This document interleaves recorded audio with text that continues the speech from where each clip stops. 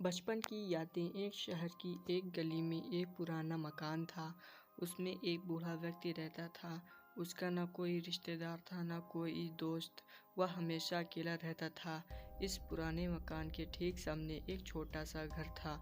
उस घर में एक छोटा सा बच्चा रोहित अपने माता पिता के साथ रहता था। बूढ़े व्यक्ति को बच्चे बहुत अच्छे लगते थे।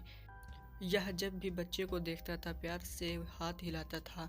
छोटा बच्चा भी अपनी खिड़की में खड़े होकर जवाब में उसकी ओर देखकर हाथ हिलाता। धीरे धीरे दोनों की दोस्ती हो गई। रोहित बूढ़े व्यक्ति को दादाजी कहकर बुलाने लगा। दादाजी अक्सर रोहित के लिए बिस्किट लाते थे। कभी कभी वे उसके मनपसंद की चॉकलेट लाकर भी उसे दे देते थे।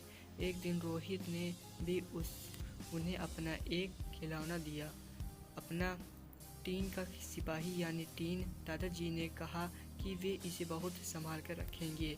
कुछ दिनों के बाद रोहित ने देखा कि दादाजी कहीं पर दिखाई नहीं दे रहे हैं। उनके मकान को तोड़ दिया गया और वहां पर एक बेहद बंगला बनाया गया।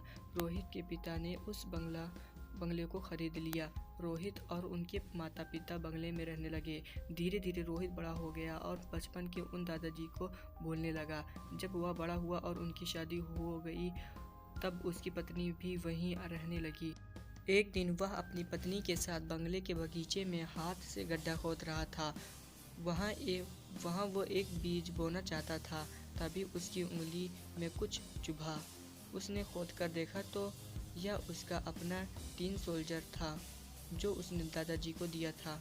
उसकी तलवार की नोक रोहित की उंगली में चुभ गई थी। अपना बचपन का खिलौना देखकर अचानक रोहित को बचपन की सारी बातें और दादाजी की याद आ गए। उसे याद आया कि दादाजी ने कहा था यह खिलौना मैं बहुत संभाल कर रखूँगा। रोहित ने अपनी पत्नी को बचपन की वह सारी बातें सुनाई। सुनाते सुनाते उसकी आंखें भर आई। वह टीन सोल्जर रोहित ने अपने घर में सजा दिया। उसका यह पुराना खिलौना हमेशा उसे बचपन की मीठी यादों में ले जाता था। साथ ही उसे दादाजी की याद आ जाते थे।